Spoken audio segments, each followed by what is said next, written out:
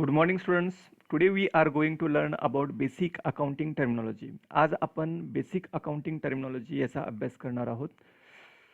इयत्ता 11वी BK book keeping and accountancy जो विषय आहे त्यामध्ये हा बेसिक अकाउंटिंग टर्मिनॉलॉजी हा पार्ट खूप इम्पॉर्टंट आहे आणि फ्युचरमध्ये जेव्हा आपण टॅली ERP9 हा कोर्स करणार आहात तेव्हा सुद्धा हा बेसिक अकाउंटिंग टर्मिनॉलॉजी हा भाग माहीत असेल तर आपण खूप चांगल्या प्रकारे त्या गोष्टी करू शकतो. ॲक्च्युली सॉफ्टवेअरमध्ये एंट्री करणं खूप इझी असणार आहे. बेसिक फंडामेंटल नॉलेज असणं खूप इम्पॉर्टंट आहे. In order to have better understanding of accounting, it is necessary to know the meaning of certain basic terms used in accounting. तर आपल्याला या अकाउंटिंगच्या बेसिक टर्म्स आहेत ना त्या माहीत असणं आवश्यक आहे. ठीक आहे.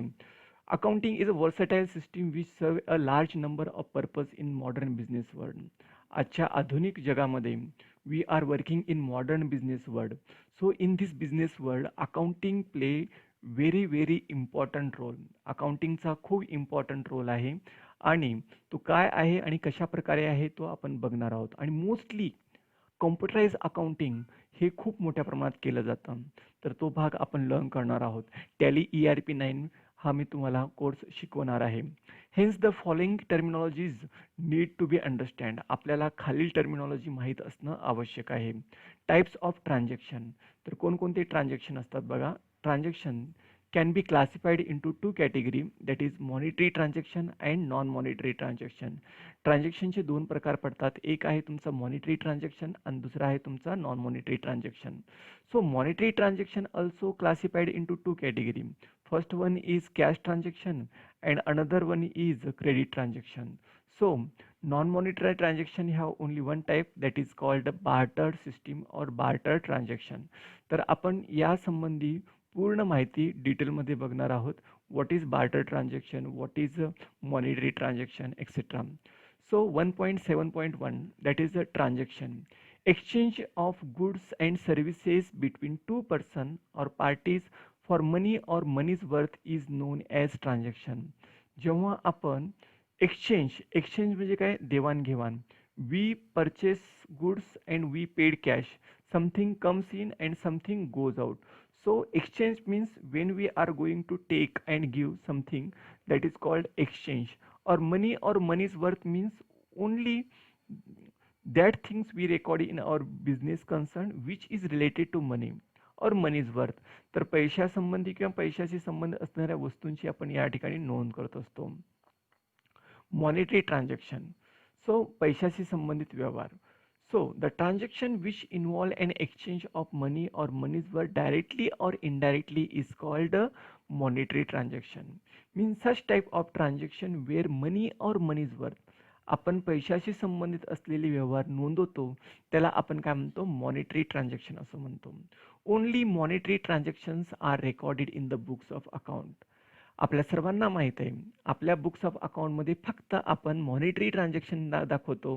Non monetary transactions are not recorded in our books of account.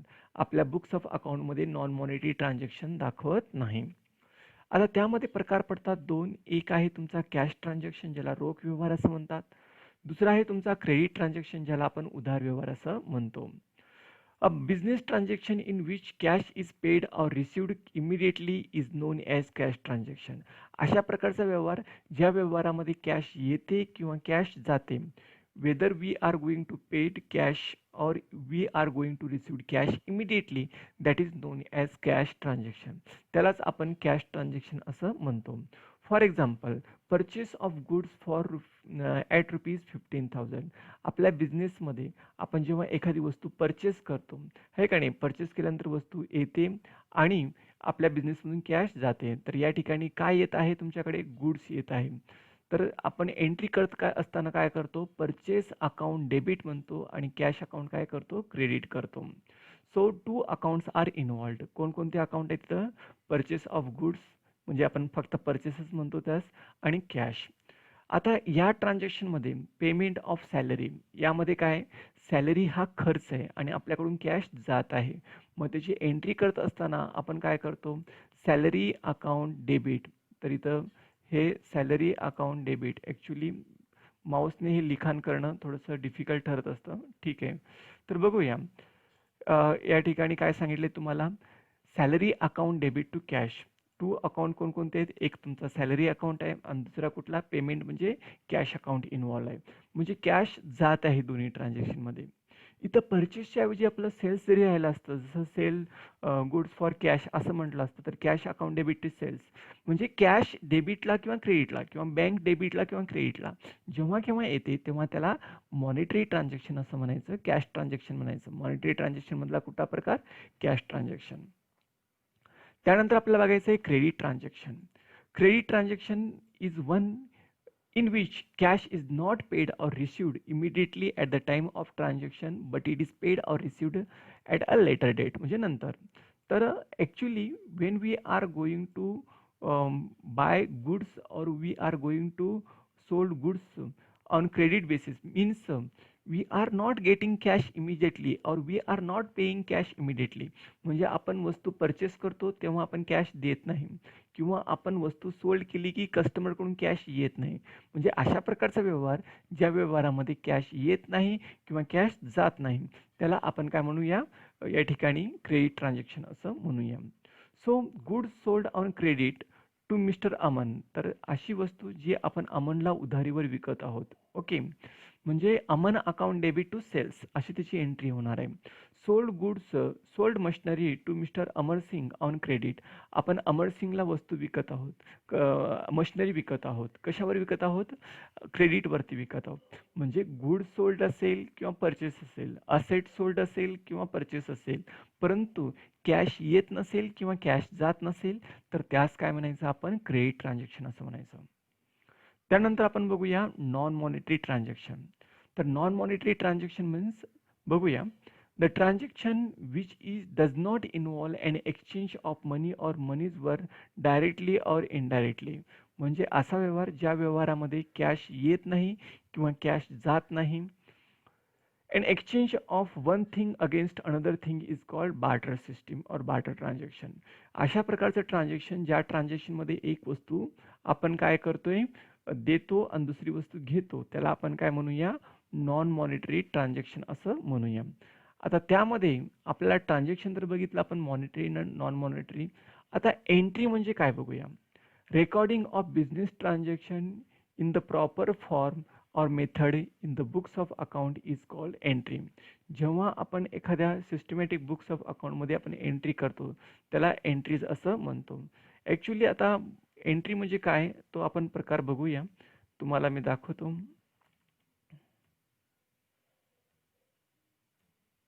हां, आता एक ही झाली तुमची ट्रान्झॅक्शन. काय, sold goods to mister Govind, हे काय झालं तुमचं ट्रान्झॅक्शन झाले. एंट्री म्हणजे काय, Govind account debit to sales because Govind is the receiver and sales is our income. याला आपण जर्नल एंट्री, याला ट्रान्झॅक्शन म्हणतो, याला एंट्री असं म्हणतो. आणि नरेशन, नरेशन म्हणजे काय, brief explanation about the journal entry. कधी कधी आपण हे नरेशन बिईंग या शब्दाने लिहित असतो, स्टार्ट करतो, किंवा फॉर या शब्दाने आपण स्टार्ट करतो. ठीक आहे, तर अशा प्रकारे आपण एंट्री दाखवत असतो. त्यानंतर आपल्याला बघायचा आहे पुढचा भाग, तो म्हणजे नरेशन. म्हणजे आणखीन थोडंसं या ठिकाणी एक्सप्लेन करतो मी. A brief explanation of the business transaction for which an entry is passed is called as narration. It always given in the bracket below the journal entry and it is usually start the word being or for. तर बघा, actually आपण काय करत असतो, journal एंट्रीच्या खाली ब्रॅकेटमध्ये आपण लिहित असतो. या नरेशनची सुरुवात कशाने करतो आपण, बिंग किंवा फॉरने करत असतो. आता गुड्स म्हणजे काय बघूया. The term goods refer to merchandise commodities article or things in which trader trades. these are purchased or manufactured for the purpose of sale and to earn profit. तर ॲक्च्युली गुड्स म्हणजे काय, की जेव्हा एखादा businessman एखादी वस्तू घेतो किंवा विकतो, ज्याचा तो व्यवहार करतो त्याला आपण काय म्हणतो, गुड्स असं म्हणतो. गुड्स म्हणजेच काय, any commodity which trader deals, trader ज्याच्याशी संबंधित असतो त्याला आपण काय म्हणूया, गुड्स असं म्हणूया. For example, medicines are purchase for chemist. केमिस्टद्वारे आपण ज्या काय मशिनरी काय म्हणतो, मेडिसिन्स परचेस करतो त्याला आपण काय म्हणू, गुड्स म्हणू. किंवा vegetables are goods for vegetable vendor. Vegetable वेंडॉरच्या दृष्टिकोनातून व्हेजिटेबल्स काय असणार आहेत? गुड्स असणार आहेत.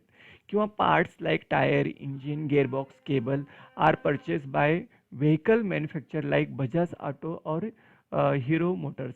आपण समजा आता बजाज मोटर किंवा हिरो मोटर्स हे मॅन्युफॅक्चरिंग कंपनीज आहेत, त्यांच्या दृष्टीने हे टायर, इंजिन हे सगळ्या काय असणार आहेत? त्याच्या गुड्स असणार आहेत. किंवा एखादा फर्निचर डीलर असेल तर फर्निचर डीलरच्या दृष्टिकोनातून हे चेअर्स असतील, टेबल असेल किंवा आणखीन जे आपण फर्निचरच्या वस्तू तयार करतो त्या काय असणार आहेत? गुड्स असणार आहेत. किंवा शॉपकीपर असेल, शॉपकीपरच्या दृष्टिकोनातून जे वेगवेगळे प्रकारचे बुक्स असतील, जसं बुक किपिंग आहे किंवा book keeping and accountancy, economics असेल किंवा organisation of commerce and management असेल किंवा सेक्रेटरियल प्रॅक्टिस असेल, हे सगळे बुक्स टेक्स्टबुक आहे, तुमचे टेक्स्टबुक असेल, डायजेस्ट असतील, ह्या सर्व शॉपकीपर बुक सेलरच्या दृष्टिकोनातून ते काय असणार आहेत? गुड्स असणार आहेत. So my dear students, please like, share and subscribe our channel. To get latest notification, please press on bell icon. तर आपण जर माझा चॅनल सबस्क्राईब केलात तर तुम्हाला डे टू डे माझ्या ज्या काही व्हिडिओज आहेत त्याचं नोटिफिकेशन मिळेल आणि तुम्ही अपडेटेड राहाल. Thanking you.